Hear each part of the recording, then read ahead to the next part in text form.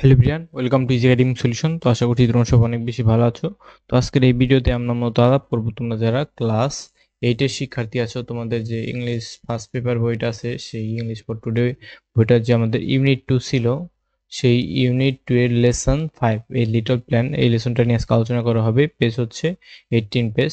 তো তোমাদের বই 18 পেজটা ওপেন করো। তো দেখো এখানে কিছু কিওয়ার্ড আছে, যে বুড়ি বুড়ি মানে হচ্ছে কি করা, কাউকে কবর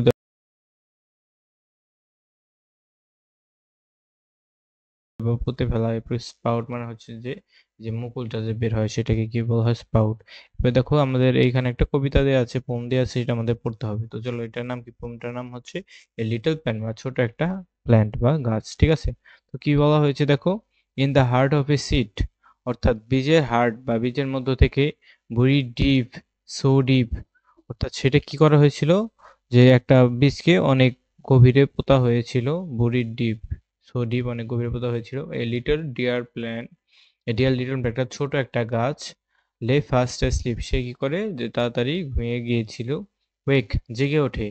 সেইড দ্য ভয়েস, তার ভয়েস কি বলে, সে বলে যে ওয়েক, ঠিক আছে। এই ভয়েসে সে জেগে ওঠে।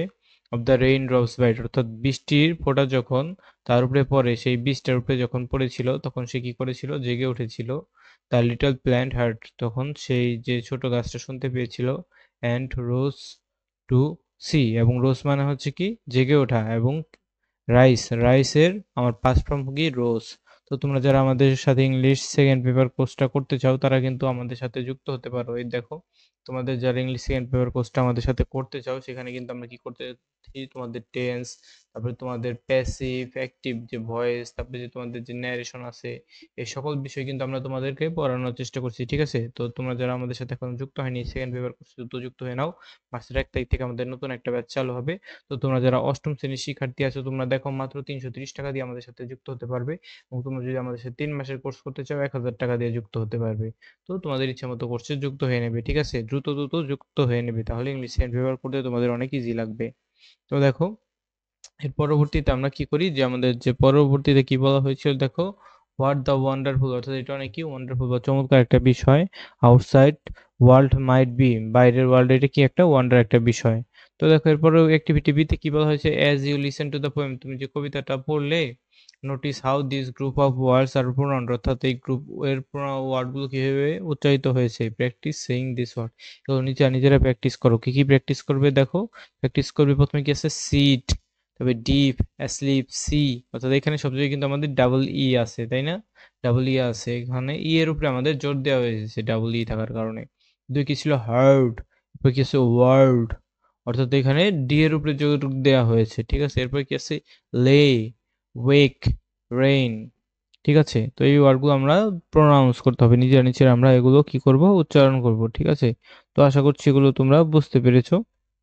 তো দেখো এর পরবর্তীতে আমাদের কি আছে, আমাদের অ্যাক্টিভিটি সি তে কি আছে, ask and answer the question, অর্থাৎ এখানে কিছু কোশ্চেন আছে, এগুলো আমাদের নিজেদের কি করতে হবে, জিজ্ঞাসা করতে হবে এবং উত্তর করতে হবে। তো দেখো 1 নাম্বার কোশ্চেনটা আমাদের কি ছিল, where is the little plant sleeping, অর্থাৎ লিটল প্ল্যান্টটা কোথায় ঘুমিয়েছিল, এবং who spoke to the little plant, এবং কে এই লিটল প্ল্যান্টের সাথে কথা বলেছে। এই কোশ্চেনগুলো আনসার চলো কিভাবে করতে হবে আমরা একটু দেখে আসি। দেখো আমাদের যে ফার্স্ট কোশ্চেনটা এখানে ছিল, যে where is the little plant sleeping, little প্ল্যান্টটা কোথায় ঘুমাচ্ছে, এটার উত্তর কি হবে, the little plant is sleeping in the heart of a seed, অর্থাৎ লিটল প্ল্যান্টটা কোথায় ঘুমাচ্ছে, সিডের হার্টে বা সিডের মধ্যখানে ঘুমাচ্ছে। Who spoke to the little plant, little প্ল্যান্টের সাথে কে কথা বলেছে, the voice of the rain drops bright spoke to the little plant, অর্থাৎ বৃষ্টির যে ফোঁটা সেটা যে জোরে জোরে পড়েছে, সেটা কি করেছে, লিটল প্ল্যান্টের সাথে কথা বলেছে, ঠিক আছে। তো দেখো এর পরবর্তীটায় আমাদের কি আছে, পরবর্তীতে 3 নাম্বার কোশ্চেনটাই কি আছে, যে what did they want the little plant to, অর্থাৎ তারা কি করতে চেয়েছিল, লিটল প্ল্যান্টরা কি করবে, they wanted the little plant to wake, অর্থাৎ বৃষ্টির ফোঁটাটা চেয়েছিল এই লিটল প্ল্যান্ট বা ছোট গাছটা যেন কি করে, ওয়েক আপ, বা তারা যেন কি করে, জেগে ওঠে, তারা যেন জেগে ওঠে, ঠিক আছে। এর পরবর্তী আমাদের 4 নাম্বার কোশ্চেনটাই দেখো কি ছিল, যে what to things do plant need in order to grow, অর্থাৎ কোন দুইটা জিনিস প্ল্যান্টের দরকার যে বড় হওয়ার জন্য। Best on the poem we can infer the plants need water, rain and Sunlight, অর্থাৎ আমাদের বৃষ্টির কি দরকার, যে ওয়াটার এবং সানলাইট দরকার, ঠিক আছে, তাদের বেড়ে ওঠার জন্য। তো আশা করছি এটা বুঝতে পেরেছো, অ্যান্ড যেটা কিনা পোয়েমে বলা হয়নি।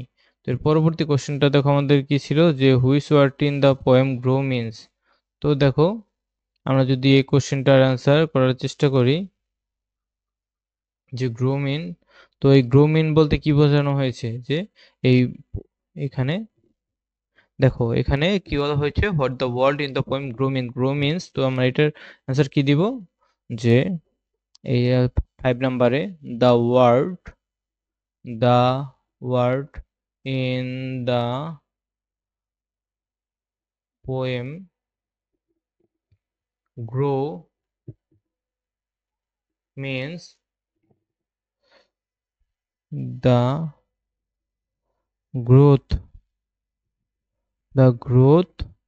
of the plant, অর্থাৎ এটা কি করা হয়েছে গ্রোথ, অর্থাৎ প্ল্যান্টের যে গ্রোথ বলতে বলা হয়েছে, ঠিক আছে, প্ল্যান্টটা যেন বড় হয়ে ওঠে। তো এটা হবে আমাদের 5 নাম্বার কোশ্চেনের উত্তর। এর পরবর্তী ক্লাসে আমরা কি করব যে ইউনিট 3 আছে হেলথ অ্যান্ড হাইজিন, এটা নিয়ে আলোচনা করার চেষ্টা করব, ঠিক আছে।